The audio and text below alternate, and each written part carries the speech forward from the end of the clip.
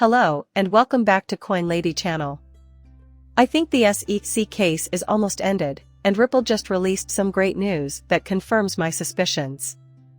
I'd want to review the most recent information we've received, since it provides conclusive proof that we're approaching a challenging resolution to this matter. I don't think there will be any appeals. In my opinion, a jury will not see or hear the majority of the evidence in this case. Just before we get to the part of the video that I know will be of interest to everyone, let me briefly review what we've covered so far. Why do you think the price of XRP will go up? Exciting things are happening in the background, and I'd want to explain why XRP must have a high value for its current implementation to succeed. You won't want to miss what happens at the end of the film, so make sure you watch to the very end. With that in mind, I'd like to start today's video by talking about some new data that Eleanor Terra recently presented. The investigation appears to be complete, but Brad Garlinghouse and the Ripple Management Group may have more information. We have seen this data incorporated into other sources. It's looking more and more like a done deal now. What I want to tell you is what Eleanor Terra reported earlier today. She said that in April, Ripple had a private roadshow, a marketing event in which a company interacts with potential investors to generate buzz about an IPO. It has been brought to my attention that virtually every respectable institution and financial firm in town went something like, "Guys, this is really interesting because we all know that Judge Torres' summary judgment ruling might come any time this week."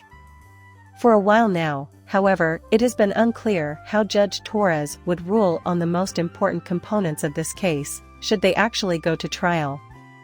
Even more problematically, in terms of timeline, is the possibility that this case will be appealed to the Supreme Court.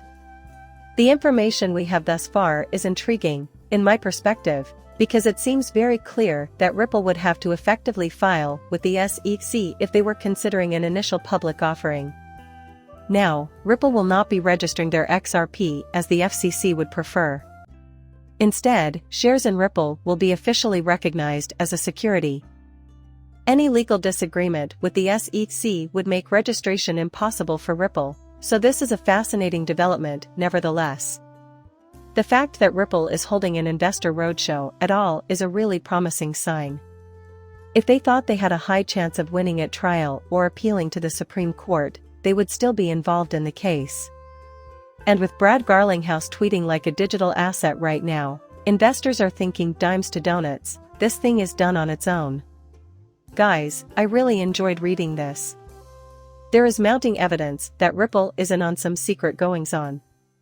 We'll have to wait until everything is clear and we can see all these different things that we've been speculating about behind the scenes, but I think it will be quite exciting. The only way that Ripple would really know something is if there was a settlement in this case, or if Ripple and the SEC already had some kind of secret agreement not to take this matter to trial or not to appeal the decision. However, it is hoped that the SEC would allow us to see the bill. I have no idea how to make sense of the Hindman Ethereum free pass emails. I would be completely floored if those were ever made public. And that's why I'm optimistic that we'll eventually find a solution to this case. Now, it's fascinating to see Brad Garlinghouse applauding this sort of behavior and declaring the topic settled. Ripple has been preparing for an initial public offering, Eleanor, as Terra has also revealed. It's now completely clear that this matter will be resolved quickly. The fact that all of the world's leading institutional investors were there at Ripple's roadshow was the showstopper. It's encouraging that we aren't still struggling to find a solution after so long. This is mind-boggling to see in person.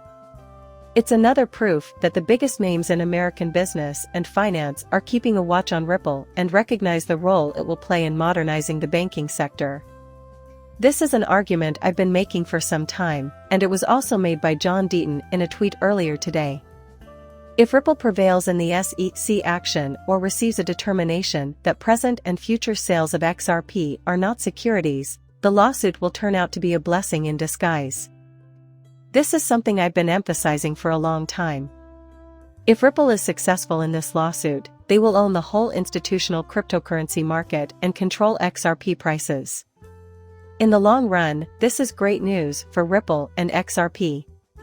To put it another way, XRP would be the only digital asset with the clarity required to run a company in the United States that is transforming the financial system. Given that every major Wall Street corporation is presently considering Ripple for their IPO and XRP is the only asset that will be perfect for them to purchase, these institutions will also want to begin acquiring a position in the digital asset space. It will be obvious, and people will also see Ripple using XRP. People who have seen specialists like Brad Garlinghouse and David Schwartz use and explain the technology will be far more at ease utilizing and purchasing XRP than investing in Ethereum, where Joe Lubin and Vitalik are directing the initiative. In any event, I find this information to be really intriguing. It's obvious that Ripple is feeling quite secure in their current situation. In the end, please like and subscribe my channel. See you later, bye.